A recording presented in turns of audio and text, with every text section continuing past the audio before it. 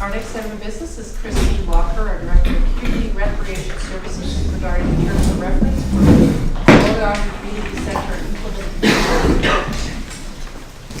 Thank you. So after last week's meeting with council, there were some changes that were made to the terms of reference for the Community Center Implementation Committee. Primarily, those changes were around wording, just for clarification in terms of what the committee's role would be in response to recommending, making recommendations to council. So, pardon me, the document that council has in front of it today, excuse me, the tasks of the committee still remain the same. And as I mentioned, it's primarily around wording. We have Councillor Morse working with us on this as well. The one thing that I would like to point out is on 3.3 on page 11 of the council agenda. The term of office of the committee members. Councillor Morse made a comment around the fact that we should be doing the work up until the commencement of the actual vertical construction rather than putting a 2-year time frame on this. So what we've done here is I've just added the term, and Councillor Morris, you can see if you're okay with this, is that the term of office of committee members shall be the duration of the project up to the commencement of vertical construction. That's good. You're okay with that? My concern with that was if you were 3/4 of the way through the piece and it was 2 years, you didn't want to get rid of the piece. You wanted to have finished it. Now hopefully we'll be finished in 2 years. So the recommendation that's before council today is to actually approve the terms of reference for the Bowen Island Community Center Implementation Committee as attached to the report from the Director of Community Recreation dated June 6th.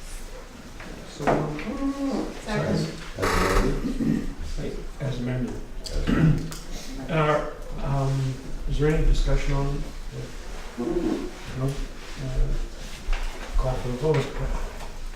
All those in favor? Made up some time.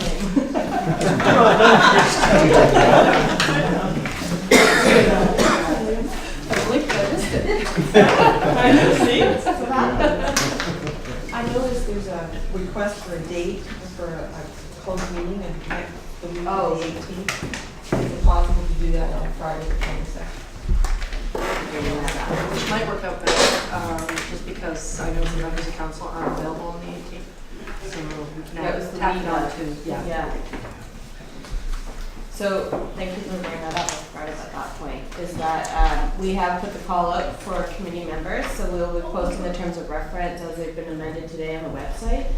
But we would like to move on this as quickly as possible and be able to have council approve the committee members at a special council meeting. The week of June 18th. The posting closes Monday, June 18th, and so we can meet that week. I'd suggest we do it. we'll work out those details, Okay. but that makes sense. We'll have all the council here on the 22nd. Okay. Perfect. Thank you. Should we approve that?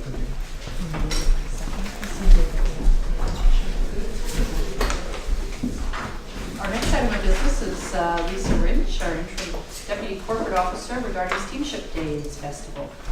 We have attached to this report a letter from the Chamber of Commerce about Union Steamship Days. And we also have a proclamation that the mayor will be reading, proclaiming July 7th to 15th, 2012 as Bowen Island Steamship Days.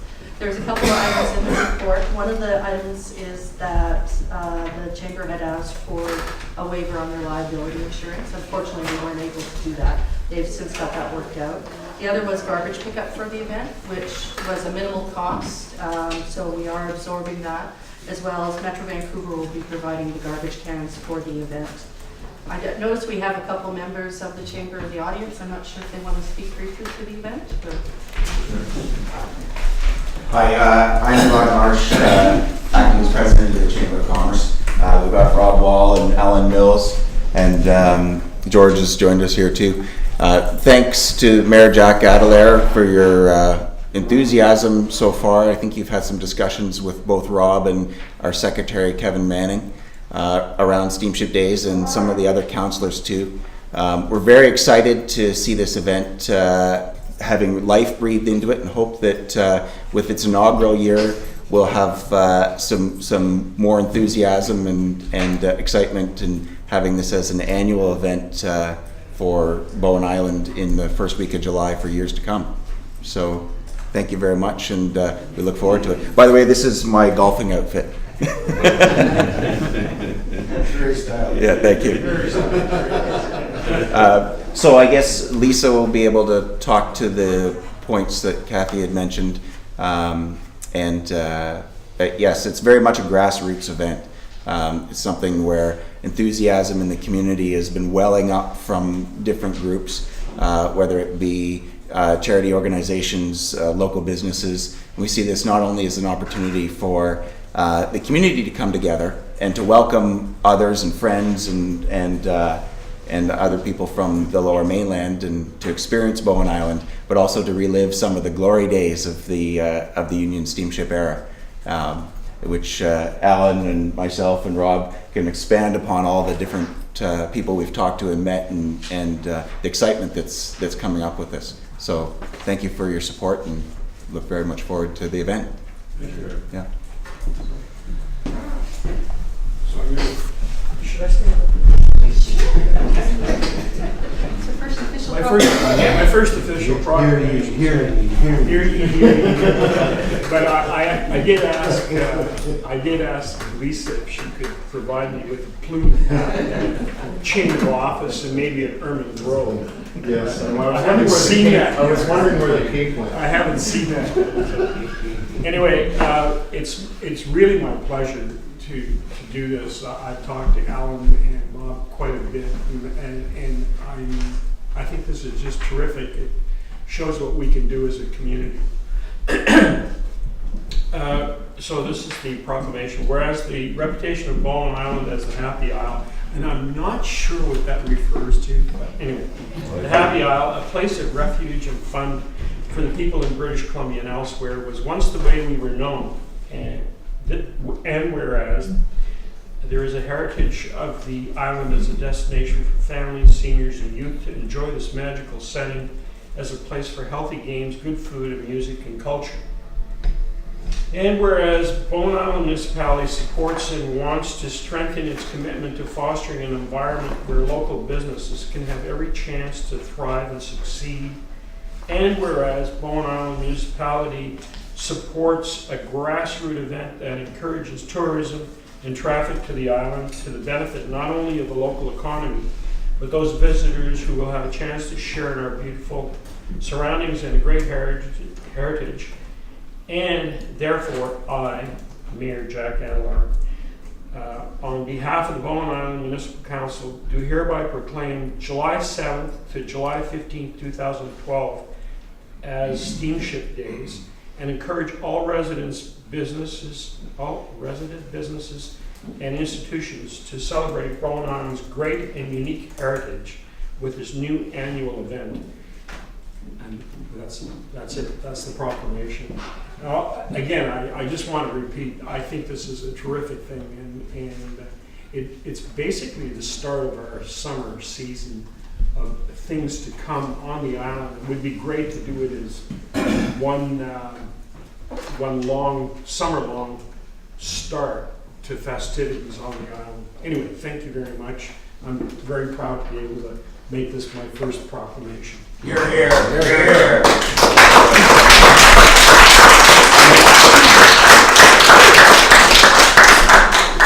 We'll make sure to post the proclamation and your event schedule on our website as well.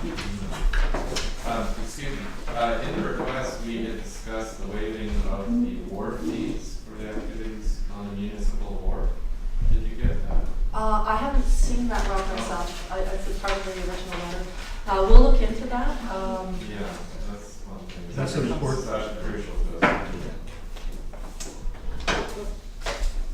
Okay, so our next item of business is myself regarding the Belterra rezoning bylaw. We are asking that council Councillors Johnson and Jennings are going to remove yourself for what reason? Well, potential conflict of interest because we own adjacent lands. Thank you. And the next item is, I think, the Twin Isles. Yes. And we will both not be able to attend this. Okay. We have 25 years almost ongoing contractual relationship. We are looking forward to another 25 years. So unfortunately, we have to excuse ourselves. Thank you very much. You're more than welcome to utilize my office while we're waiting.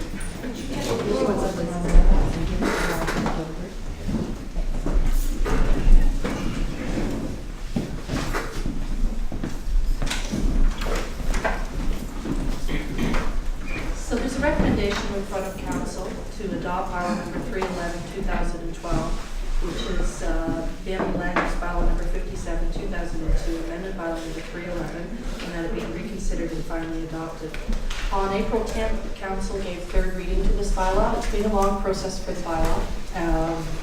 And on April 24th, a meeting was held between BIM's planning consultant, Michael Rosen, our manager of engineering, Bill Wilson, municipal solicitor, Chris Moody, and representatives of the applicant, Anne Rivera and Renee Matthews, to discuss the final changes to the covenant for this bylaw. The covenant, the changes are laid out in the report itself. I'm hoping council members had a chance to read that. And the changes were agreed by all parties. And as a result, this covenant was registered last week with Land Titles Office. That was the only outstanding condition to the adoption of the bylaw. And this was something that the last project that our planning consultant, Michael Rosen, worked on. And he was able to see it almost to completion. And so as a result, today we're asking council to adopt this bylaw to move forward then with the subdivision for the Belterra lands. So do you want to move it? Thank you. Second from Tim. Do we have any commentary, Alice? I'm assuming we could still make some minor changes to the covenant. The covenant has been registered. Covenant's been registered. That was part of the conditions prior to bringing forward for adoption. I still don't understand why we got the word in the covenant improved water system. We can discuss that with our solicitor after the fact, but the covenant was registered last week. Anybody else? I think this is fantastic. Let's get on with it. That comment is duly noted in the record. So I'll call for the vote. All those in favor, please. Thank you. That's unanimous. Thank you. An historic moment. And I would just like to point out that the Belterra applicants can now speak to council members. So they can It's been difficult. Thank you. Thank you. Thank you. We are on now to our planning consultant, Jim McLeod, regarding the Twin Islands zoning application.